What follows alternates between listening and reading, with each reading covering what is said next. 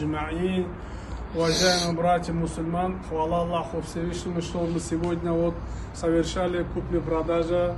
Иншаллах, дальнейшие наши намерения закрывать в первую очередь крышу, иншаллах.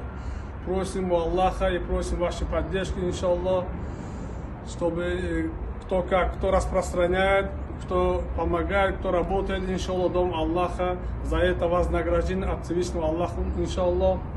Слово даем Хазрату, Ренат Хазрату. Бисмиллахи рахмани рахим, алхамдулиллахи ва салату ва саламу аля расулиллахи ва аля алихи ва сахбихи ва ман валя.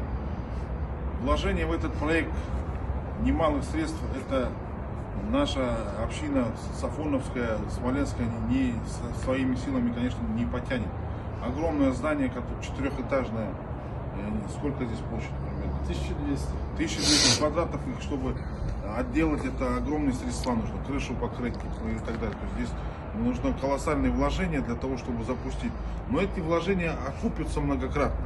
Каждый муслим знает, что каждый купленный кирпич, каждая копейка, потраченная на это дело, она многократно Всевышним Аллахом Субхану ва Тааля будет воздана этим людям. Поэтому просим вас участвовать в благом деле. Контакты Хазрата там все будут прикреплены.